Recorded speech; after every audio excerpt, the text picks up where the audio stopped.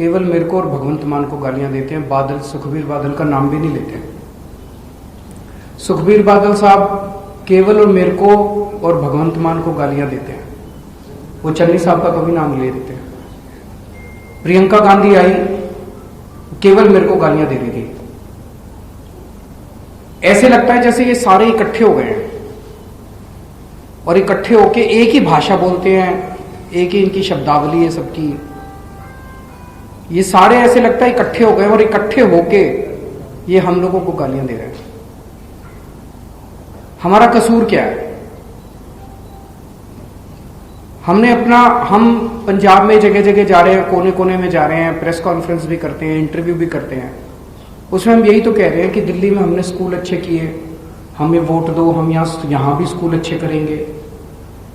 हम यही तो कह रहे हैं कि हमने अस्पताल अच्छे किए, यहां भी अस्पताल अच्छे करेंगे। यहां पे बहुत सारे बच्चे बेरोजगार हैं, उनको रोजगार देंगे। बेअदबी करने वालों के खिलाफ सजा करेंगे, बेअदबी का न्याय दिलाएंगे, बिजली ठीक करेंगे, सड़क ठीक करेंगे। यही तो कह रहे हैं हम लोग, एक ईमानदार सरकार देंगे। ये सारी पार्टियां इकट्ठी हो गई हैं। ये आम आदमी पार्टी को नहीं, ये पंजाब को हराना चाहती हैं। ये पार्टियां नहीं चाहती कि किसी भी हालत में आम आदमी पार्टी की सरकार बने। ये पार्टियां चाहती हैं कि जिस तरह से ये 70 साल से पंजाब को लूट रहे थे ये पार्टियां, ऐसे ये लूटते रहे। इनकी लूट बंद नहीं होनी चाहिए। इनको डर है कि अगर आम आदमी पार्टी की सरकार बन गई तो इनकी परमानेंटली लूट खत्म हो जाएगी, फिर इनको लूटने के मौके नहीं मिलेंगे। ये पंजाब को हराना चाहते हैं ये सारी पार्टियां। मेरी पंजाब के लोगों से अपील है कि इस बार सबने इकट्ठे होके इन सारी पार्टियों को हराना है, पंजाब को बचाना है। ऊपर वाले ने, रब ने, वाहिगुरु जी ने इस बार अपने को एक मौका दिया है। एक ईमानदार पार्टी आई है, अच्छी पार्टी आई है जो ईमानदार सरकार बनाएगी। सबके बच्चों के भविष्य की बात है।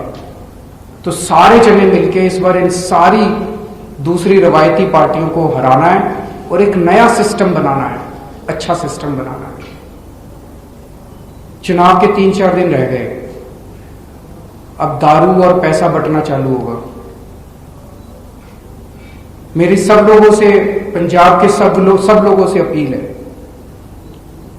इस बार फिसल मत जाना कभी, बिल्कुल भी, किसी हालत में, कोई नहीं। इस बार अपने को पंजाब बचाना है, हर हालत में पंजाब बचाना है। अपने सामने आंख बंद करके अपने बच्चों की तस्वीर रखना और वोट डालना। और सब लोग मिलके, चाहे वो कांग्रेस का हो, चाहे वो बीजेपी का हो, चाहे किसी भी पार्टी का हो। आपकी पार्टियों ने आपको आज तक कभी कुछ नहीं दिया। 70 साल में बीजेपी वालों को क्या दिया? बीजेपी ने कुछ नहीं दिया। कांग्रेस पार्टी ने कांग्रेस वालों को क्या दिया? कुछ नहीं दिया। अकाली दल वालों ने अकाली दल के काडर को क्या दिया? कुछ नहीं दिया। इस बार सारे जने एक बार अपनी अपनी पार्टी को भूल के सारे जने झाड़ू का बटन दबा दें।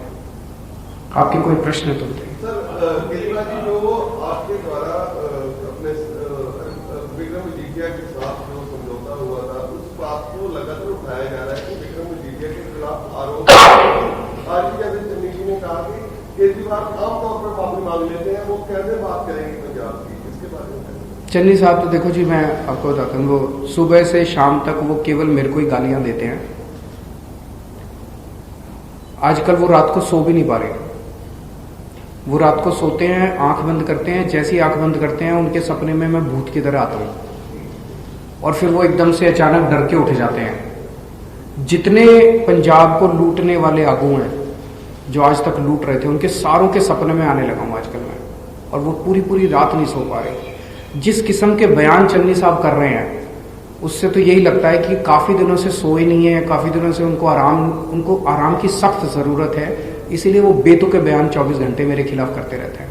कल प्रियंका गांधी आई थी और सीधा आप लोगों के आरोप लगा रहे कि आरएसएस की टीम है, आरएसएस के साथ आप लोग, वो पिछले 7 साल से यही कह रहे हैं, बीजेपी की बी टीम है, आरएसएस की बी टीम है, इनकी सी टीम है, हाय रे, मर गए रे, केजरीवाल हमारे वोट ले गया रे।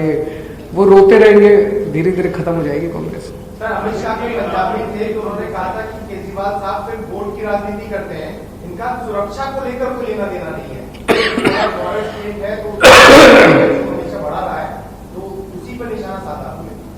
देखिए, आज पंजाब के अंदर पिछले 5 साल में और खासकर पिछले 3-4 महीने में जो घटनाएं घटी हैं, उससे एक बड़ा प्रश्न खड़ा होता है कि क्या कांग्रेस पंजाब को, पंजाब के लोगों को सुरक्षा दे सकती है।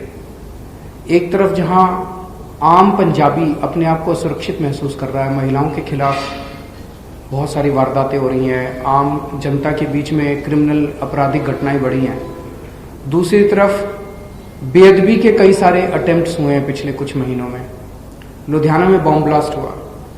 प्रधानमंत्री की सुरक्षा, जब प्रधानमंत्री आए, प्रधानमंत्री की सुरक्षा में सिक्योरिटी ब्रीच हुआ। प्रधानमंत्री की सुरक्षा देश की सुरक्षा है, उसके ऊपर राजनीति नहीं होनी चाहिए। उसके ऊपर दोनों तरफ से राजनीति हुई, मैं उधर भी दोनों तरफ से उन्होंने राजनीति की। आम आदमी पार्टी कभी भी देश की सुरक्षा के साथ समझौता नहीं करती। हम कभी राजनीति नहीं करते। हमारे केंद्र सरकार से 100 मतभेद है, सब जानते हैं, लेकिन दिल्ली के अंदर जब जब लोगों की पब्लिक इंटरेस्ट की बात हुई, हमने केंद्र सरकार के साथ सहयोग करके, जैसे कोरोना का मामला था, सब लोग आप जानते हो कि किस तरह से हमने केंद्र सरकार के साथ सहयोग करके दिल्ली को कोरोना से बचाया। यहां भी जब भी सुरक्षा की, राष्ट्रीय सुरक्षा की बात होगी, हम केंद्र के साथ मिलके एक टीम की तरह देश की और पंजाब की सुरक्षा करेंगे। तो दूसरी चीज, बॉर्डर से नशा आ रहा है, बॉर्डर से टिफिन बॉम्ब आ रहे हैं, बॉर्डर से ड्रोन आ रहे हैं। इनमें बहुत सारी घटनाओं के पीछे कहीं ना कहीं रिश्वतखोरी होती है, भ्रष्टाचार होता है। हमने देखा जब बॉम्बे बॉम्ब ब्लास्ट हुए थे तो कस्टम के कुछ अधिकारी बिके थे, जिसकी वजह से RDX हमारे देश के अंदर आया था। यहां भी कहीं ना कहीं भ्रष्टाचार होता है, जिसकी वजह से नशा एंटर करता है पंजाब के अंदर, जिसकी वजह से ये सारी चीजें एंटर करती है। आम आदमी पार्टी अकेली कट्टर ईमानदार पार्टी है। ईमानदार पार्टी आएगी तो नशा आना बंद होगा और बॉर्डर सुरक्षित होगा।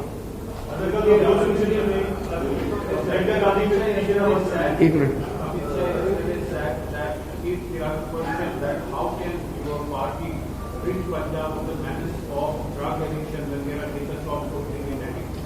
कितने लिकर शॉप्स हैं उनसे पूछना जरा। दिल्ली में जो नई लिकर पॉलिसी आई है, उसके पहले 850 दुकानें थी, आज दिल्ली में 550-600 दुकानें हैं। तो 300 दुकानें तो कम ही हुई हैं। फिर वो कैसे कह रहे हैं कि दिल्ली, वो कुछ भी बोल देते हैं। और बीजेपी तो झूठ फैलाने की मशीन है। मैं उनसे अगली बार वो ये कहे तो उनसे ये पूछना कि दिल्ली के अंदर तो दारू 1 नंबर में बिकती है, गुजरात के अंदर तो पूरा ड्राई स्टेट है, खुलेआम दारू की नदियां बह रही हैं वहां। उस इलीगल दारू का पैसा किसके पास जाता है?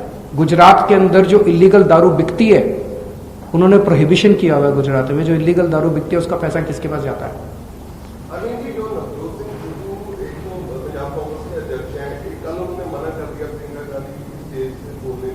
लेकिन वो पंजाब में प्रचार नहीं कर रहे, अपनी कॉन्स्टिट्यूएंसी किस तरह देखते हैं कि जो राज होंगे क्या किस तरह? देखिए, पूरी कांग्रेस पार्टी सर्कस बनी हुई है।